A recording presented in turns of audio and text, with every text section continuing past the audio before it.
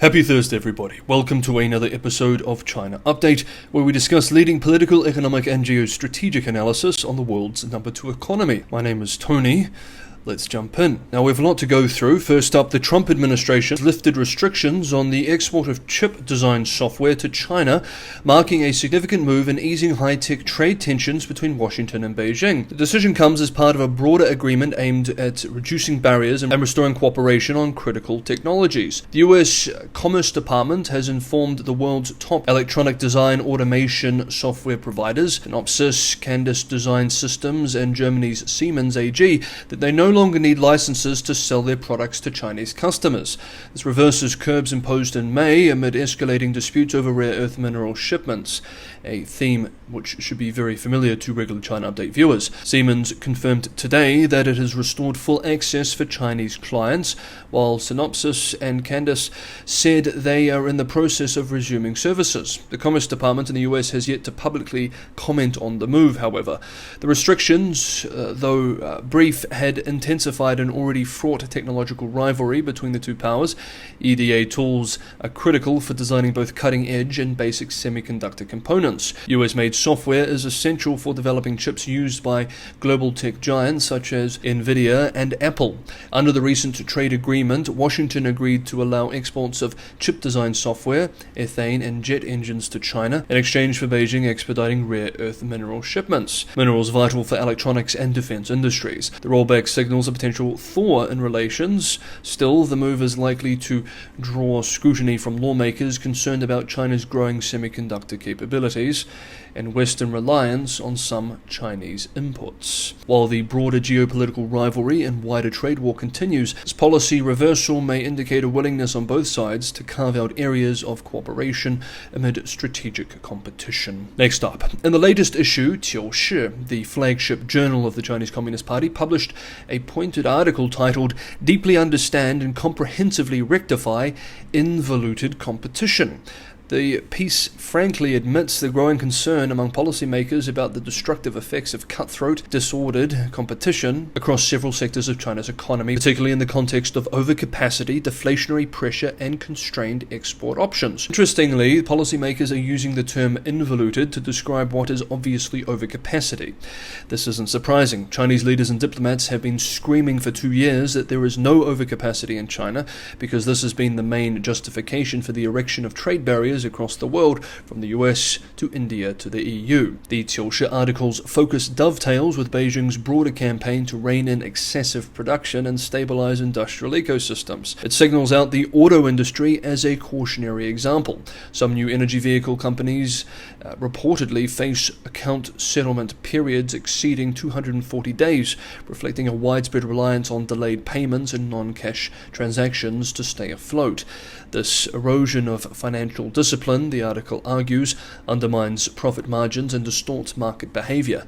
It also creates wider systemic concerns. The commentary also points to structural flaws: fragmented local governance, misaligned incentive structures, and outdated regulatory frameworks that fail to keep pace with emerging technologies and business models. Such conditions allow companies to engage in reckless competition and prevent inefficient players from exiting the market, leading to a situation where enterprises, in the words of this report, quote, cannot live well or die, end quote.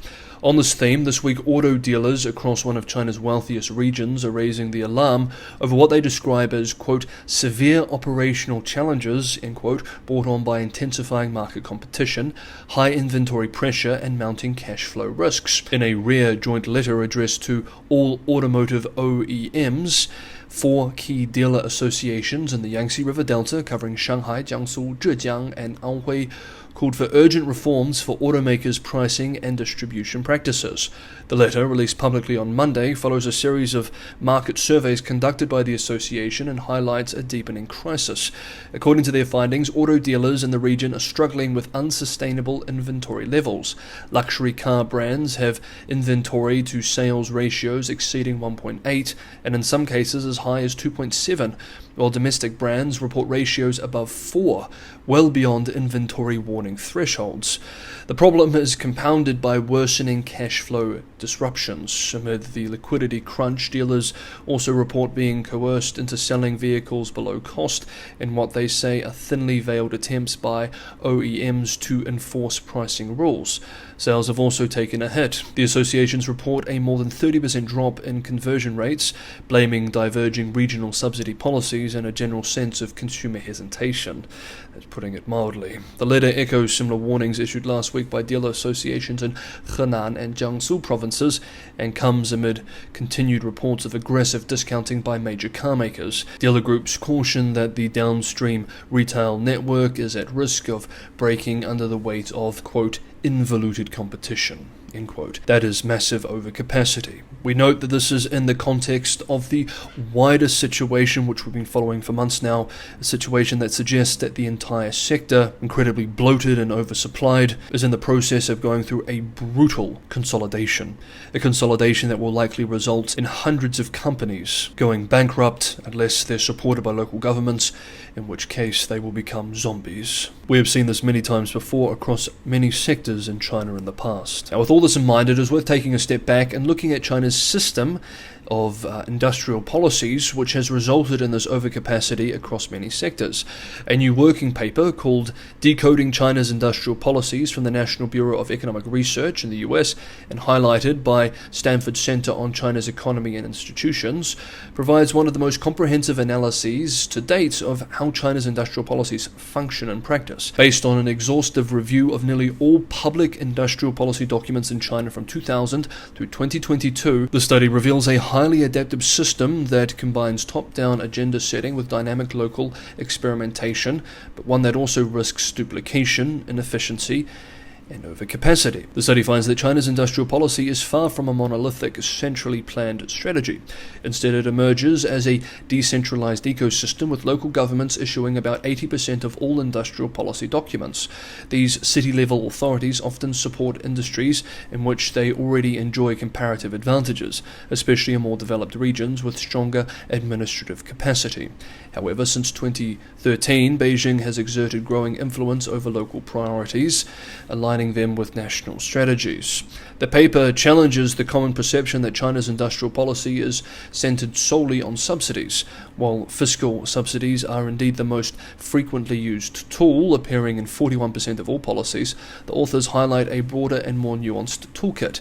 These include market access and regulatory controls, 35%, technology R&D and adaptive support, 24%, labour policy interventions, 22%, and tax incentives, 20%. The central government tends to favour regulation and market shaping, 42% of its policies, while cities rely more on subsidies, labour support, and industrial investment. We note terms like labour support are euphemistic. This is typically referring to government intervention to stop the formation of labour unions and to prevent striking. We note too that all of these are often the non-tariff barriers to competing in China that foreign firms have been complaining about for years now. Importantly, policy effectiveness is not evenly distributed. Cities that act as policy followers, replicating what others have done rather than tailoring initiatives to local strengths, tend to perform worse. Firms in these regions show lower revenues, profits, and productivity, and are less likely to benefit from advanced tools like targeted R&D support. It is this imitation-driven policymaking that we see throughout much of the poor part of the country, that is outside of the major coastal cities, that the biggest issues of so-called involution or overcapacity, massive state-supported resource misallocation, most prominently occurs. If you want to be on top of the most up-to-date analysis on China as it is released, consider subscribing to China Update, hit the bell notification icon, and you will be. If you're getting some value from today's episode, it's a huge help too if you hit the like button. It's just 2 clicks of the mouse, but it's a huge help for this channel and keeping it sustainable. Patreon and Buy Me a Coffee links are also in the description below. This channel relies primarily on your support, subscriber support, to keep going. If it was not for this subscriber support, I simply would not be able to produce these episodes every day. So this is also a tremendous help. Thank you so much, everyone, for the ongoing support. Let's continue. The Dalai Lama has reaffirmed that his office, the Garden Podrang Trust, holds the authority to recognize his successor, setting the stage for a potentially volatile standoff with Beijing over the future of Tibetan Buddhism. In a statement issued Wednesday, His Holiness declared that any future reincarnation will be identified exclusively in accordance with Tibetan tradition, free from interference by outside governments, to use his words. Quote, "The process by which a future Dalai Lama is to be recognized has been clearly established," end quote. The statement reads, pointing to a 2011 directive that entrusts the Garden Podrang Trust with responsibility for the search and recognition. The trust is to consult senior Tibetan Buddhist leaders and traditional spiritual guardians in accordance with centuries-old custom. This clear rebuke of Beijing's claim to involvement comes as the Dalai Lama nears his 90th birthday and amid heightened concerns about who will succeed the 14th spiritual leader. China, which claims sovereignty over Tibet, insists it has the final say.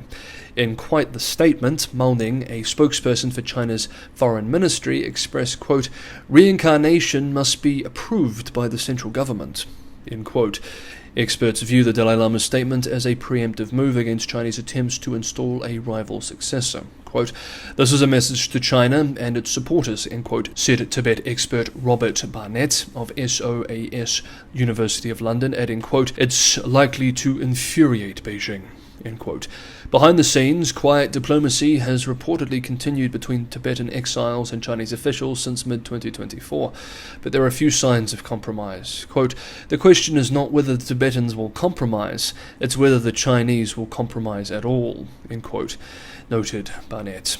Beijing, for its part, appears to be preparing for confrontation. Senior security officials have emphasized the importance of, quote, "maintaining stability," end quote, in Tibetan regions.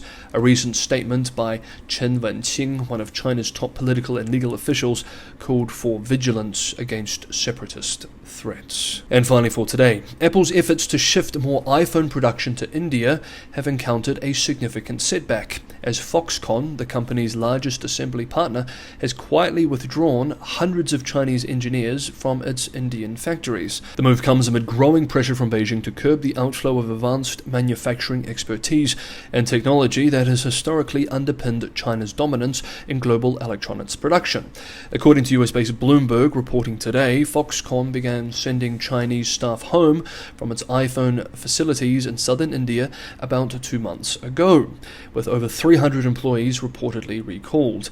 While some Taiwanese support personnel remain, the mass departure marks a sharp reversal in Apple's strategy to replicate China's manufacturing prowess in South Asia. Beijing's informal but firm opposition to technology transfers, especially to India and Southeast Asia, suggests a broader effort to bind supply chains more tightly to China. Apple CEO Tim Cook has long credited China's highly skilled assembly workforce as a key reason for the company's deep-rooted presence there. Removing these workers from India could slow the training of local staff and hinder the transfer of know-how, increasing operational costs and reducing factory efficiency, even if product quality remains intact. China knows what it's doing too. It was Apple that trained thousands of its engineers over years that allowed it to rise to become a global manufacturing powerhouse.